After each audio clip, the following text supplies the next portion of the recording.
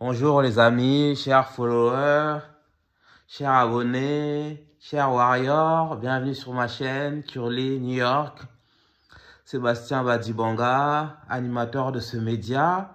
Ici on parle de la réussite, on traite de l'excellence noire, on met en valeur nos chers frères et sœurs qui ont réussi dans l'entrepreneuriat, dans le showbiz, dans le sport, dans les études, dans tous les domaines de la vie.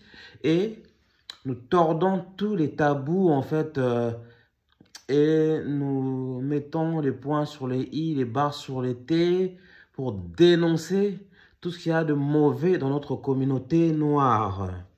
Aujourd'hui, je vais vous parler de l'aide, de la mentalité d'aide, mais surtout pourquoi il faut arrêter d'aider les Africains. Même le Seigneur, Dieu le Tout-Puissant, a laissé tomber les Africains, ne veut plus les aider. Parce que les Africains sont feignants. Parce que les Africains attendent tout de l'Occident. Parce que les Africains ne veulent pas se prendre en main. Parce que les Africains ne croient pas en eux. Parce que les Africains, on leur donne de l'or, ils réussissent à en faire quelque chose de mauvais, quelque chose de toxique. Pourquoi il faut arrêter d'aider les Africains? Car les Africains ne se sortent pas les doigts du cul. Les Africains ne prennent pas leur destin en main. Dieu leur a tout donné. Dieu a légué une terre magnifique, merveilleuse aux Africains. L'Afrique, c'est le berceau de l'humanité. C'est le berceau de la spiritualité. C'est le berceau de la culture. Qu'est-ce qui manque en Afrique? Il y a tout. Normalement, ce pays devrait vivre, ce continent, pardon, devrait vivre dans l'abondance. Il ne devrait pas y avoir de problème de pauvreté, de malnutrition. Les terres africaines sont les terres fertiles, arables. Quelle pierre précieuse il manque en Afrique? Il y a tout. Il y a le manganèse, il y a le cobalt, il y a le coltan, il y a de l'or, il y a le diamant et le cuivre. S'il y a même une guerre au nord Kivu, à l'est de la République démocratique du Congo en ce moment, c'est parce que ce pays a un sous-sol le plus riche au monde. Quelle pierre précieuse il manque en Afrique? Quelle matière première il manque en Afrique? Quelles ressources naturelles manquent en Afrique? Il y a du pétrole, il y a du gaz. Pourtant, malgré tout ça, les Africains trouvent quand même le moyen d'être pauvres. Les pays arabes, par exemple, comme le Qatar, ils n'ont que le gaz et c'est devenu l'un des pays les plus riches au monde. Le Koweït n'a que le pétrole et c'est l'un des pays les plus riches au monde. Regardez ce qui est devenu Dubaï. Regardez ce qui est devenu Abu Dhabi. Or, nous, en Afrique, on a tout ce qu'il faut. Il y a une diversité incroyable de matières premières, il y a une diversité incroyable de pierres précieuses. On a une diversité incroyable de ressources naturelles. Malgré cela, l'homme africain trouve quand même le moyen de se plaindre et de dépendre de l'aide, soi-disant européenne ou occidentale.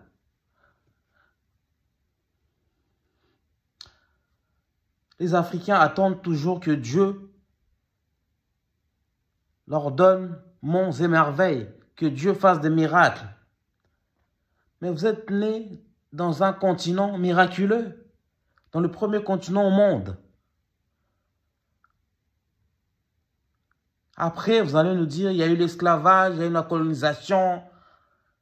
Oh, on est maudit. Mais ça fait combien de temps que ces crimes contre l'humanité ont pris fin? Jusqu'au XXIe siècle, on doit toujours vous venir en aide. Demander de l'aide auprès de la Banque mondiale, de l'aide auprès de l'Union européenne, de l'aide auprès de l'ONU. Et bien souvent, ces organismes viennent sur notre continent, non pas pour nous aider, mais pour foutre la merde, je suis désolé de le dire. Il ne faut plus aider les Africains. Il faut leur laisser prendre en main leur destin. Parce que cette mentalité d'aide-là, cette aide au développement ne donne rien. Au contraire, plus on aide l'Afrique, plus l'Afrique va mal. Plus les problèmes de pauvreté s'intensifient. Il ne faut plus aider les Africains. Il ne faut plus aider l'Afrique. Et nous, les Africains, franchement, on ne veut plus de cette aide venue d'ailleurs. Parce que bien souvent, ces organismes occidentaux viennent pour nous piller. Moi, personnellement, j'en veux aux chefs d'État africains qui, comment le dire, vendent notre Afrique au plus offrant. Qui vendent nos matières premières, nos ressources naturelles à des prix dérisoires, à des prix défiant toute concurrence. Limite, ils vendent tout ça gratuitement en échange de quelques billets verts ou de quelques euros. Il ne faut plus aider les Africains. Même Dieu ne veut plus aider l'Afrique. Ne veut plus aider les Africains. Et il est même marqué dans la Bible, « Aide-toi, le ciel t'aidera ». Dieu a suffisamment aidé les Africains, a suffisamment aidé l'Afrique, mais l'Afrique ne s'aide pas elle-même.